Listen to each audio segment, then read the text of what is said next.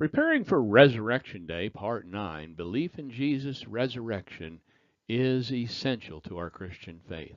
As we covered in earlier Breakfast Bible Bites, there are only three possible explanations for the missing body of Jesus.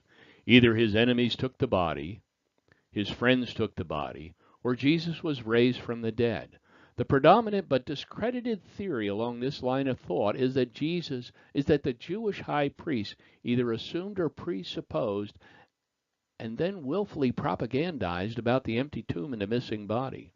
One scheme suggests that the Jewish temple authorities paid those guards who found the tomb empty to lie and say that the disciples had stolen the body.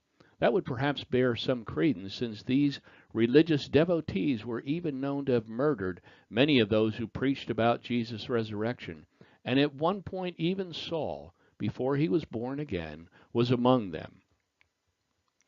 With such a focus and prevailing incentive to squash the new movement, these purveyors of manipulative lies would have stopped at nothing to publicly produce the dead body of Jesus if they could have. The fact that they did not means that they could not, because he had risen. Their silence and inability to produce the physical proof of a dead body speaks loudly about the truth of the resurrection of Jesus. If Jesus did not rise from the dead, what did his detractors do with his body? We know this: if his enemies stole the body, they never showed it openly or produced any recorded fanfare that counters the alleged heretical testimony of the way.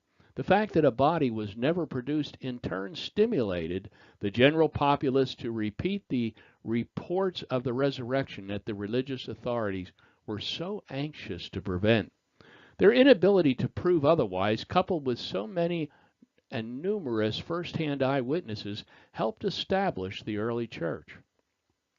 Therefore, the lack of any display of the dead body of Christ becomes a decisive proof that neither his friends nor his enemies stole the body.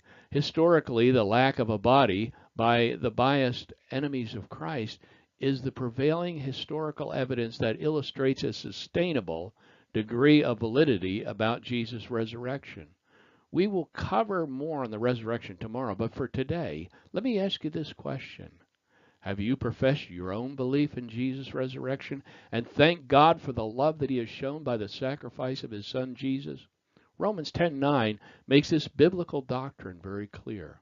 If you confess with your mouth Jesus is Lord and believe in your heart that God raised him from the dead, you will be saved.